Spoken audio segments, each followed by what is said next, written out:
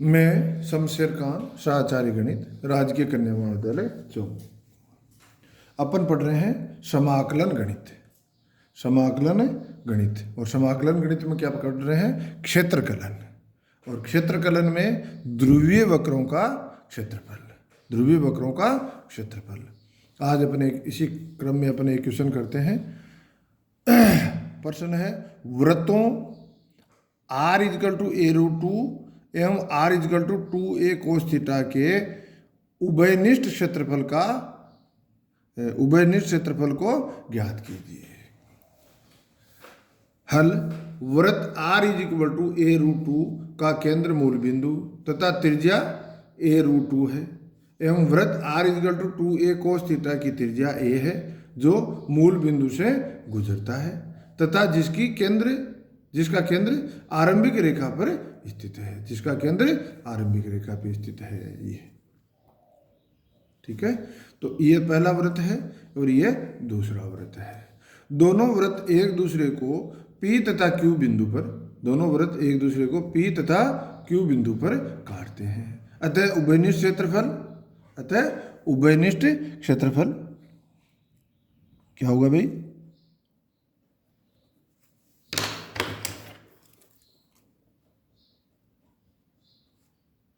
ये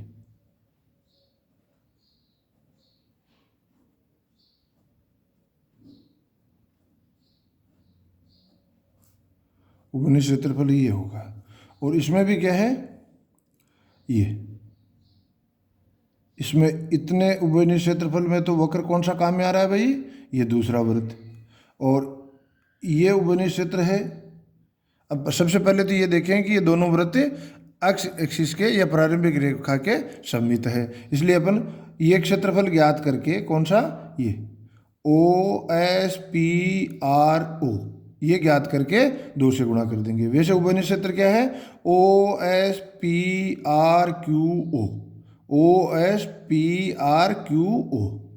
ठीक है, ये तो है उभयनिष्ठ क्षेत्र।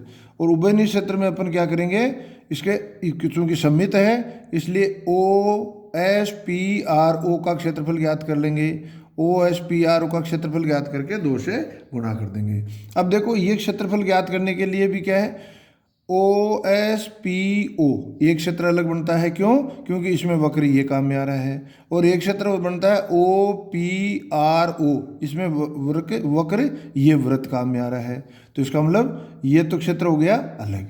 ये क्षेत्र तो इसका क्षेत्रफल ज्ञात करो और प्लस इसका क्षेत्रफल ज्ञात करो, फिर दोनों को जोड़ के 2 से गुणा कर दो। ठीक है, तो दोनों वृत्त एक दूसरे को P तथा Q पर काटते हैं। ठीक है, अतः उभयनिष्ठ क्षेत्रफल OSPRQO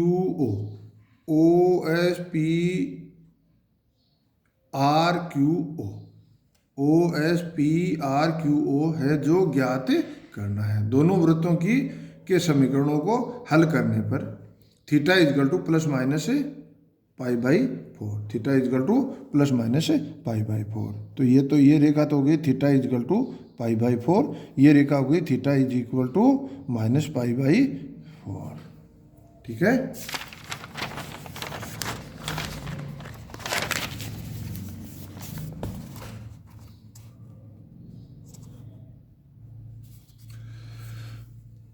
इसलिए बिंदु P के लिए theta is equal to pi by 4 होगा। इस प्रकार क्षेत्रफल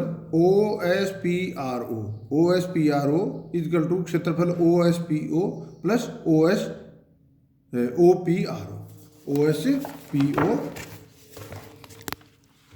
क्या होगा? OSPO एक तो ये प्लस OPRO एक। ठीक है, तो ये दोनों का क्षेत्रफल जोड़ेंगे तो OSPRO का क्षेत्रफल आ जाएगा। क्षेत्रफल OSPRO अपने को प्राप्त हो जाएगा। तो यहाँ क्षेत्रफल OSPO के लिए r is equal to 2a cos theta. OSPO के लिए क्योंकि छोटे वृत्त वाला वक्र किस रूप जो काम में आ रहा है वो कौन सा आ रहा है? छोटा वाला वृत्त। तो r is equal to 2a cos theta तथा समाकलन की सीमाएं theta is equal to pi by 4 से theta is equal to pi by 2। तो OSPO में वक्र ये आ रहा है और सीमा क्या हो गई? ये पाई बाई 4 से अपन थीटा की लिमिट क्या हो गई, π/2, थीटा इजकल टू π/2। ठीक है, तो ये से π/2 है। और क्षेत्रफल OPRO, क्षेत्रफल OPRO, इसमें थीटा की लिमिट क्या हो गई, 0 से π/2, 0 से π/2, थीटा की लिमिट क्या हो गई, 0 से π/2। तो वक्र तो काम में आएगा, वृत्त R इजकल टू a√2 तथा समाकलन की सीमाएं थीटा इजकल टू 0 से π/4, थीटा इजकल टू 0 से π/4। ठीक है, अब क्षेत्रफल OSPO इजकल टू 1/2 समाकलन π/4 से π/2 r² d theta is equal to 1/2 समाकलन π/4 से π/2 आर का मान रख दिया 4a² cos² theta d theta is equal to a² समाकलन π/4 से π/2 1 प्लस कोस थीटा है 1 plus cos 2 theta d theta is equal to a² कोष्टक में theta plus sine 2 theta upon 2 limit π/4 से π/2। ये लिमिट लगा दी तो अपने को मिल गया क्षेत्रफल OSPO इजकल टू a² कोष्टक में π/4 माइनस 1/2। ये मिल गया किसका क्षेत्रफल, क्षेत्रफल OSPO। अब क्षेत्रफल OPRO, क्षेत्रफल OPRO इज इक्वल टू 1/2 समाकलन 0 से π/4 r² d theta is equal to 1/2 समाकलन 0 से π/4 2a² d theta is equal to a² और इसका समाकलन d थीटा का समाकलन क्या आ जाएगा, थीटा। तो लिमिट 0 से π/4, ये लिमिट लगाएं 0 से π/4 तो अपने को मिल जाएगा क्षेत्रफल क्या मिल जाएगा, πa²/4। तो क्षेत्रफल OSPRO पूरा क्षेत्रफल है, उसमें दो जो अपने क्षेत्रफल ज्ञात किए उनको जोड़ देते हैं, a² π/4 minus 1/2 plus πa²/4 is equal to a²/2 into π-1 into π-1।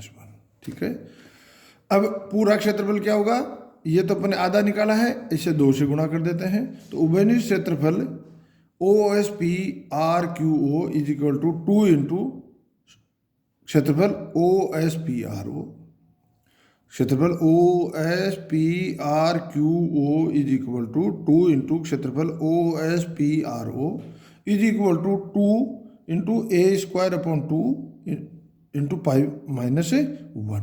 तो इसे सिंप्लीफाई करें तो अपने को क्षेत्रफल में क्या मिल जाएगा, a² इंटू π-1, a² इंटू π-1। एक छोटा सा क्वेश्चन और देखते हैं, वैसे इंपॉर्टेंट है ये।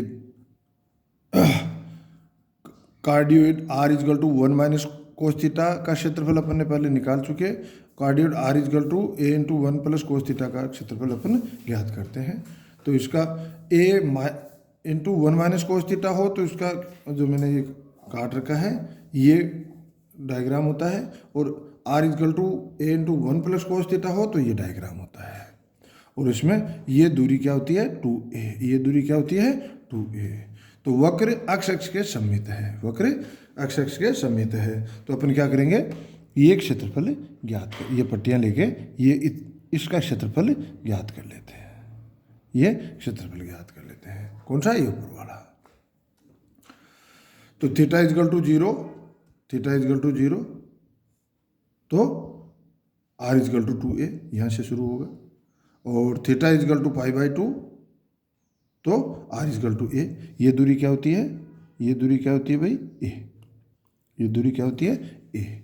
तो थीटा इजकल टू 90 डिग्री तो R इजकल टू a, और थीटा इजकल टू 180 डिग्री तो क्या होता है, R is equal to 0, R is equal to 0।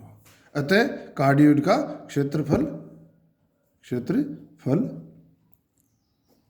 Is equal to 2 into 0 से पाई,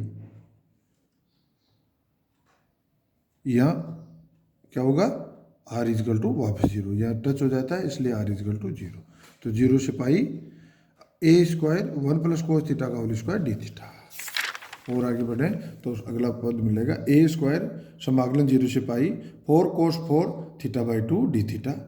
अब थीटा को 2 phi theta is equal to 2 phi ले लें तो अगला स्टेप अपने को मिल जाएगा 8a² 0 से pi by 2 cos 4 phi d phi.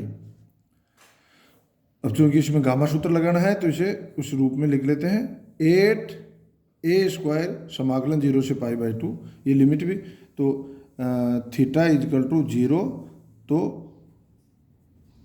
Phi is equal to 0, सीमा क्या हो जाएगी, और थीटा इजकल टू पाई तो phi is equal to pi by 2, ठीक है, ये लिमिट रहेगी। तो 8a² 0 से pi by 2 cos 4 theta d phi cos 4 phi d phi is equal to 8a² 0 से पाई बाई 2 साइन की पावर 0 फाई कोस की पावर 4 फाई डी फाई। इसे लिख सकते हैं 8a² gamma 1/2 gamma 5/2 upon 3 gamma 2 into gamma 3। इसे simplify करें तो अपने को मिलेगा 8a² into 3/16 pi is equal to a² 3/2 pi is equal to 3/2 pi a²। ये इसका आंसर है। धन्यवाद।